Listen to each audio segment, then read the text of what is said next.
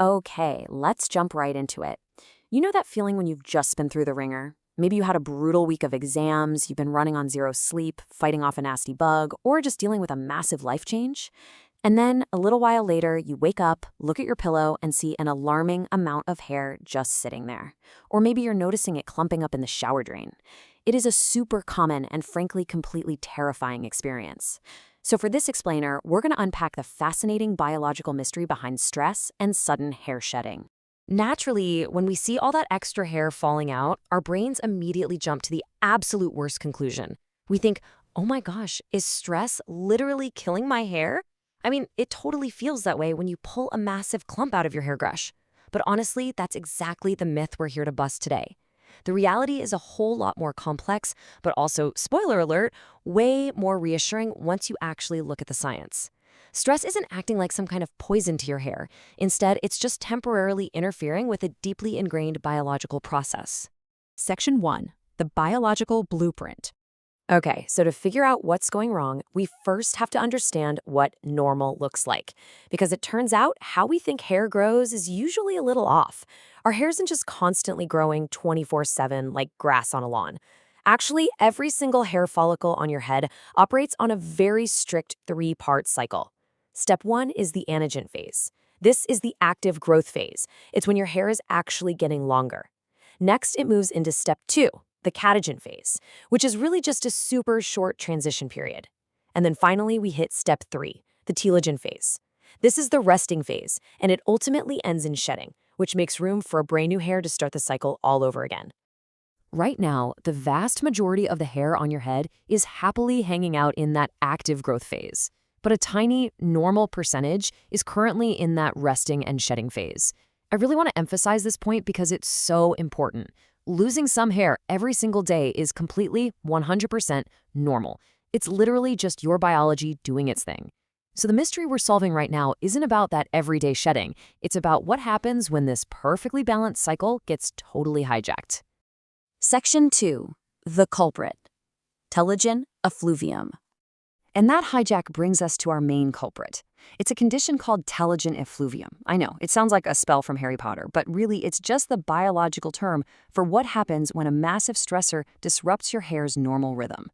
See, your body doesn't just think, wow, today's a rough day. It activates a full-scale biological emergency response. Your hormones shift, your heart rate spikes, and your body essentially goes into triage mode, redirecting all its resources to keep you safe from whatever the immediate threat is. In the middle of all that chaos, your body looks at hair growth and says, yeah, this is absolutely not a priority right now. So it takes an unusually large number of hair follicles, pulls them right out of the growth phase, and forcefully pushes them into the resting phase, all at the exact same time. Which brings us to the real aha moment of our investigation. This explains why the whole stress and hair loss thing is so incredibly confusing. Let's say you go through a massive stressor in January. Your body hits the panic button, and those follicles shift into the resting phase, maybe around February. But remember how that phase works. The hair doesn't just snap off instantly, it rests for a bit. So you won't actually see the visible shedding start until March, weeks or sometimes even months after the actual event. This crazy delay makes it so hard to connect the dots. You're losing hair in the spring, and you've completely forgotten about the terrible, stressful month you had in the dead of winter. Section 3. The plot twist. Physical versus emotional stress. Okay, here is the plot twist. When we say the word stress in everyday life, we are almost always talking about emotional stress, right? The tough exams, a breakup, work deadlines, major life changes. But your body's definition of stress, it is way broader than that. Sure, there's the emotional side, but then there's physiological stress. We're talking about things like getting severely ill, running a high fever, having major surgery, dropping a bunch of weight really fast, or even just chronically terrible sleep. Your hair follicles literally do not care if you're anxious about a test or recovering from the flu. A sudden physical trauma triggers the exact same resource-shifting panic mode in your body. So you could be feeling totally zen and happy, but if you've recently had a major physical health event, sudden hair shedding could absolutely still happen. Section 4. Identifying other suspects. Now, while telogen effluvium is definitely a huge culprit, a good detective never closes a case without checking the other suspects. If you're dealing with sudden or severe hair loss, we can't just slap a stress label on it and call it a day. We have to look a bit deeper. Things like genetic tendencies toward thinning, specific nutritional deficiencies, or underlying hormonal conditions can also cause major shedding. And honestly, a lot of times it's a mix. You might already have a genetic predisposition for hair thinning, and then a super stressful month comes along and just amplifies it, making it way more noticeable. The point is, it's absolutely vital that we don't just use stress as a blanket excuse for every single hair loss case. For example, we really need to distinguish general all-over shedding from conditions like alopecia areata. This is actually an autoimmune condition where the body gets confused and attacks its own hair follicles. Visually, it causes hair to fall out in very distinct, clear patches, which looks very different from the overall thinning we just talked about. Now, while stress isn't the root cause here, a highly stressful event can sometimes act as a trigger if you're already prone to the condition. Another really important condition to talk about is trichotillomania. This is a behavioral condition where a person repeatedly pulls out their own hair.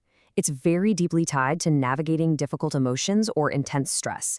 And I want to be super clear here. This is a recognized behavioral condition. People dealing with this deserve immense compassion, understanding, and the right kind of support. Literally, never shame. Section 5, the resolution and action plan. All right, so we've identified our culprit, figured out the tricky timeline, and checked out the other suspects. Now for the single most important question you're probably asking yourself. Will my hair actually grow back? And the outlook here is incredibly reassuring. Because remember, stress didn't kill the follicle. It literally just paused it. Once that temporary trigger is out of the picture and the root cause is resolved, your hair follicles can absolutely bounce back to their normal growth cycle. So what can you practically do right now to help your body recover? First off, and I know this is way easier said than done, try not to panic. Freaking out over every single strand of hair you lose, ironically, just pumps more stress into your system. Focus on the basic building blocks of biology. Prioritize getting enough sleep so your body can heal. Eat a balanced diet with plenty of protein and nutrients. Definitely avoid extreme rapid weight loss diets that are just going to shock your system again. Treat your hair and scalp gently. And, of course, take real steps to manage chronic stress, whether that means carving out breaks, exercising, or talking to a professional. And hey, remember, you do not need to eliminate every single drop of stress from your life to have healthy hair. Being stressed sometimes is just part of being human. We just want to manage the chronic, overwhelming stuff. Now, obviously, it's critical to know when to call in the pros.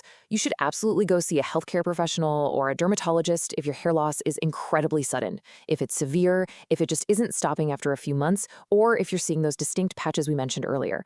A doctor can look at your specific situation and make sure you aren't missing a deeper medical issue that needs treating. Which brings us to the end of our explainer today. Instead of looking at hair loss purely as this awful cosmetic nightmare, try thinking of it as a built-in biological warning system. I love how this quote sums it up. Your hair might just be telling you something changed inside your body. Are you listening? Your body is always trying to communicate its needs, which leaves us with a pretty fascinating question to think about. If our hair is this deeply sensitive to what's going on beneath the surface, what other subtle signals is your body sending you every single day that you might be entirely ignoring?